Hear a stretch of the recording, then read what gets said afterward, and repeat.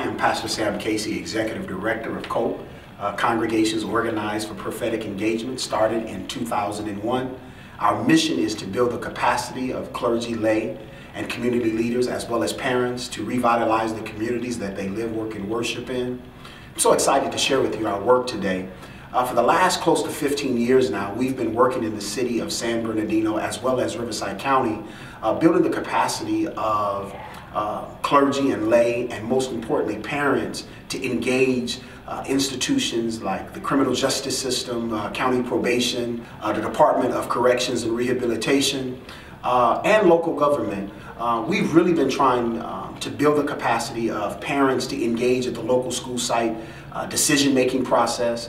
We've been building parents' ability to greater advocate for their child's success in their education through attending school board meetings and meeting with school board members to engage them around particular policies that raise graduation rates and decrease suspension and expulsion rates. So we've been doing things that really moves people to civically engage the communities that they live, work, and worship in. And one of the things I'm most proud of is that one of our staff members who grew up through the ranks as a parent leader ultimately became elected as a school board member here in the city of San Bernardino.